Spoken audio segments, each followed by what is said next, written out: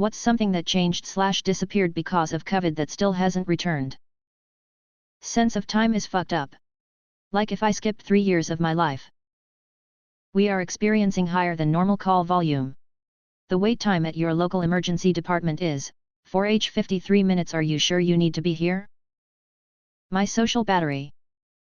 House prices seem like they'll be forever unattainable now. Direct delivery from restaurants. Everything is now being funneled through DoorDash, Uber Eats, etc. I just want to call the Chinese place and order delivery at a normal price, like the old days.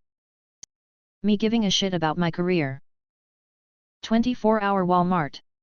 I've worked nights for years and Walmart at 3 a.m. is no longer an option, at least nowhere near my house. There was a wonderful hobby shop in the town I live in.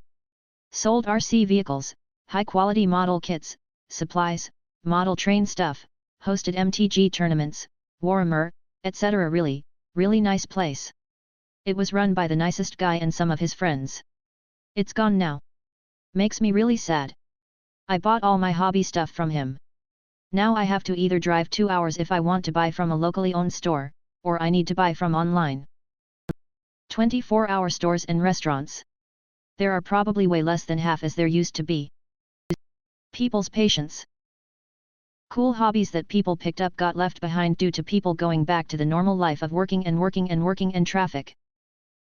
My business of 17 years. I'm still working on getting over it. I had no idea that I would grieve it. Affordable rent. My insomniac ass being able to do my grocery shopping at 4 a.m. We are experiencing higher than normal wait times. Yeah right, you just didn't rehire the same amount of people you laid off. Now it doesn't matter when you call, you're looking at a multi-hour wait. Businesses have also been saying that same message for the last 3 years, it's a normal wait time now. What is the scariest movie you ever watched? Guillermo del Toro's The Orphanage. Edit, I was corrected that he did not direct this. My bad. This woman moves into this house that used to be an orphanage that she grew up in. Ends up seeing lots of ghosts and hearing things in the walls.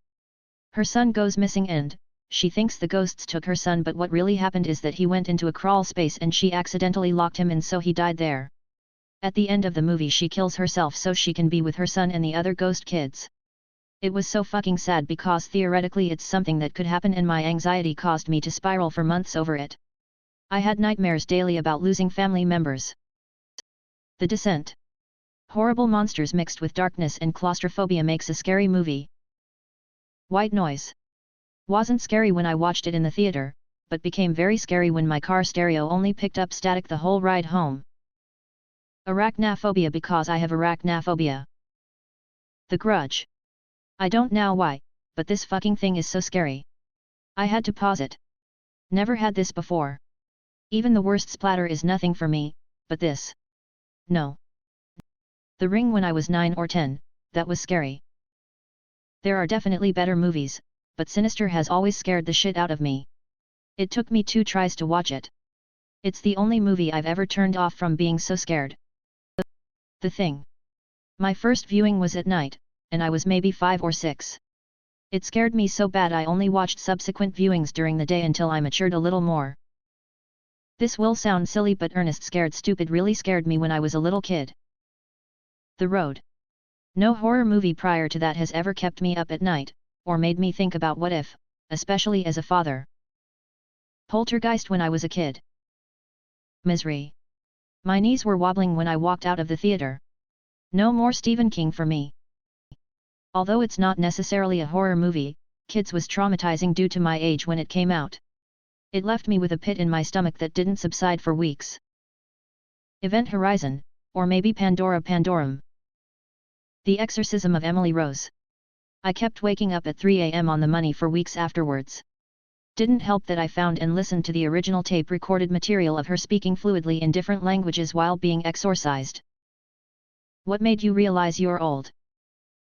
Whenever I have to enter my birth date in a drop-down menu. Everything seems to be an act of letting go. I was reading Rolling Stone at the doctor's office and realized I hardly knew any of the bands on the Billboard #1 singles list. 90s music to my kids is like what 60s music was to me. Deleted. The first time the barber asked if I wanted my eyebrows trimmed. Viggo Mortensen is now older than Ian McKellen was when he played Gandalf in Fellowship. Music that I listened to as a kid being played on the oldies radio station. At 44 I don't feel old, but when I'm going to do something nowadays I think about it if I could get hurt. Doing nothing became my favorite thing to do on the weekend.